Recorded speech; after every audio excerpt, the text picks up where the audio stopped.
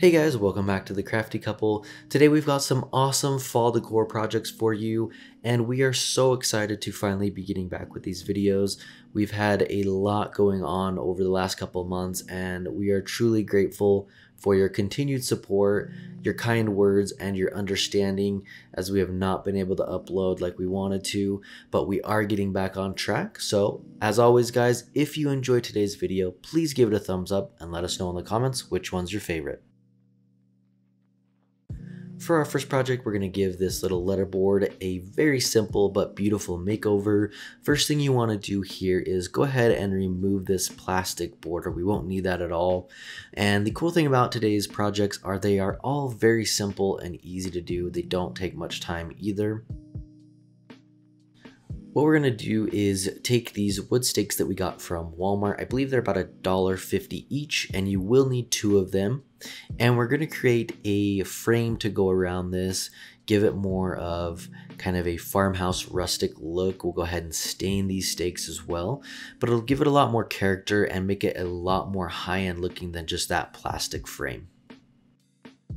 The easiest way to cut these so you don't have to really do any measurements is just line it up on one end and then get a ruler or an angle like this and line it up on the other end, mark it, and then we'll go ahead and cut it and do the same thing with the opposite side.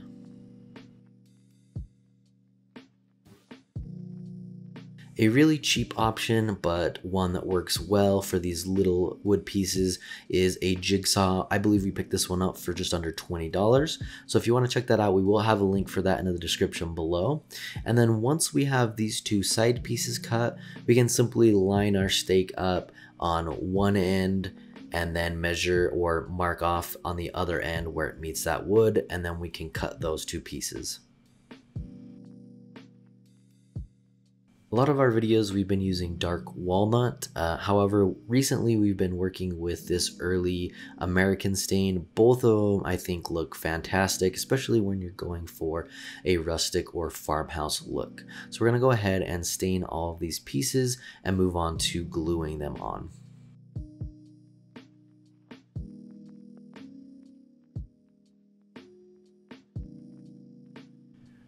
For this project, we're going to use hot glue to glue everything together. Now, we've had a few people ask what kind of glue we use, since sometimes theirs doesn't hold very well, and we actually just use the Dollar Tree glue that you can get. It's seemed to work pretty well for us. I don't know if that's the same for you guys. Let us know in the comments if you guys have used Dollar Tree glue and if you like it, or if you have a different hot glue that you like. And then obviously if you're looking for that stronger hold, you could use like E6000 or wood glue works really well. But for time purposes, we like to use the hot glue.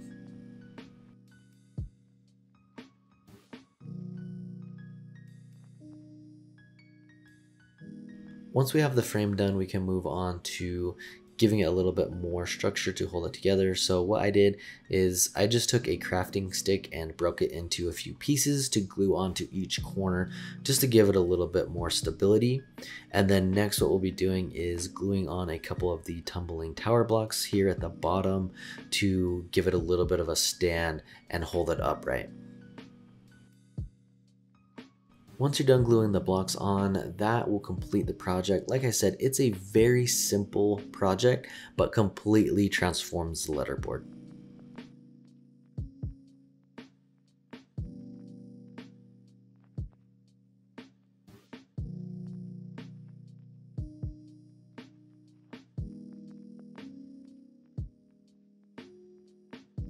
For this project, you will need one of these foam pumpkins from Dollar Tree and just any type of knife. Dollar Tree does carry some of these knives, and they actually might work a little bit better just because they are a little bit longer.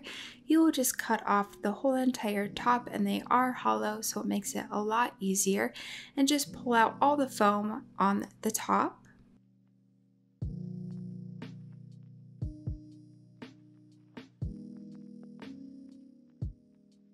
Then we are going to go in with 2 coats of the Waverly chalk paint in the color white. We always use these Dollar Tree paintbrushes just because they are easy, and if we ever forget to wash them, we don't ruin expensive brushes.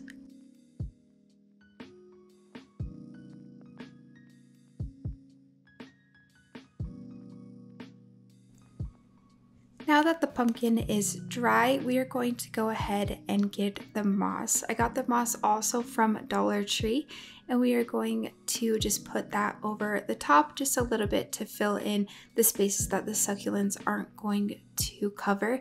All the succulents that I'm going to use are from Dollar Tree as well.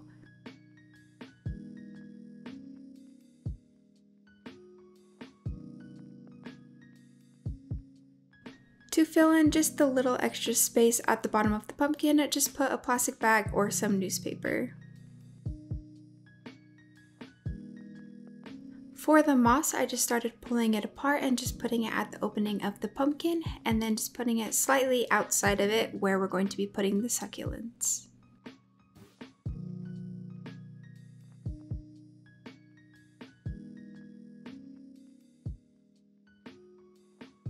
And then finally, we're going to add the succulents. I started by just hot gluing one of them in. I didn't know exactly how I was going to put them in, so I'd start by adding one and then just trying to see how you want all of them in there.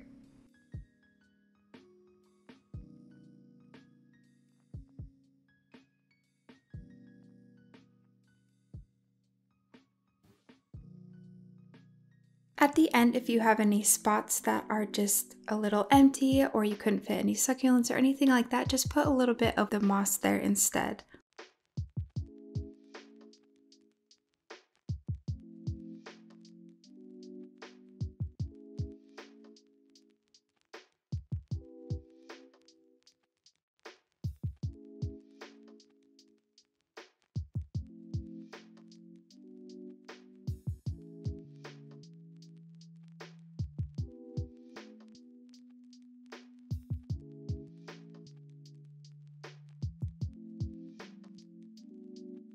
For this pumpkin, we're going to start by removing the bow. Just be careful when taking that off. I accidentally peeled up some of the wood there.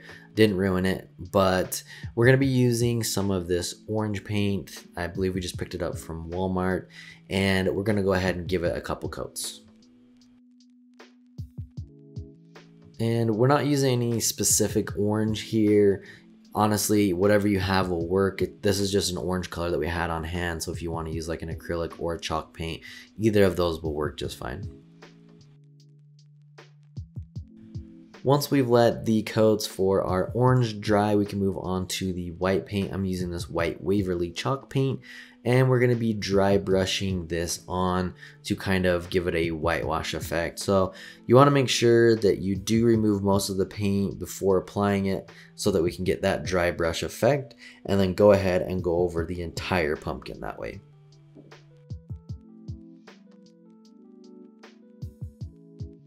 And this part you can really kind of customize it to however you want. I wanted to go for a very light neutral type color, so I put a lot of white on here to tone that orange down.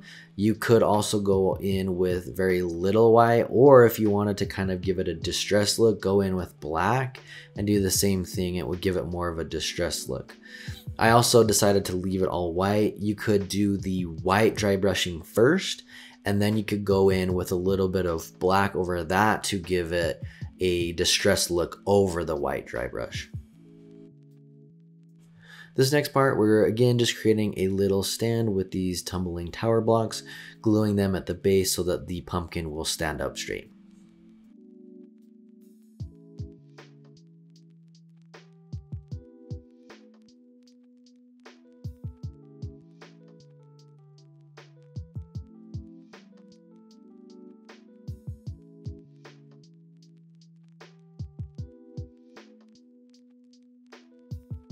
For our last project, we're going to be using these little jars from Dollar Tree. You will need 3 of these.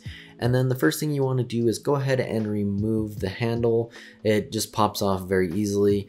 And we're going to go ahead and give that a nice coat of this oil rubbed bronze spray paint, just to make it a lot darker color, not such a bright silver color. And then we're going to also use this plate here from Dollar Tree and go ahead and spray paint it gold.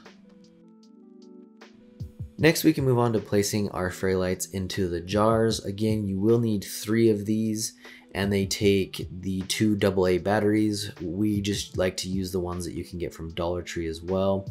So you can do it either way, honestly, if you want to put a few leaves in and then start putting the lights in and then more leaves, or if you want to just put the lights in first and start placing the leaves around it. Either way works.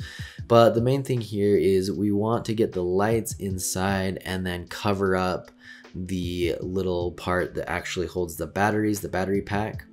And then we want to go around the entire jar covering it with these leaves.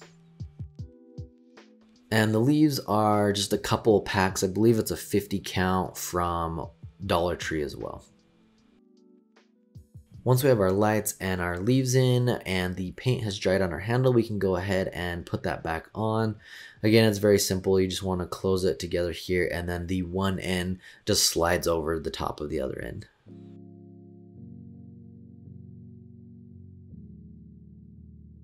Now to complete our project, we just need to place the 3 jars on our plate, and then to give it a little bit more character, I decided to place some leaves on the plate and around it as well. And I think it would look really cute with like some acorns or pine cones as well, just to give it some more character. And I think this project is super simple but looks absolutely beautiful, especially when you turn the lights on. I think it makes for a perfect centerpiece.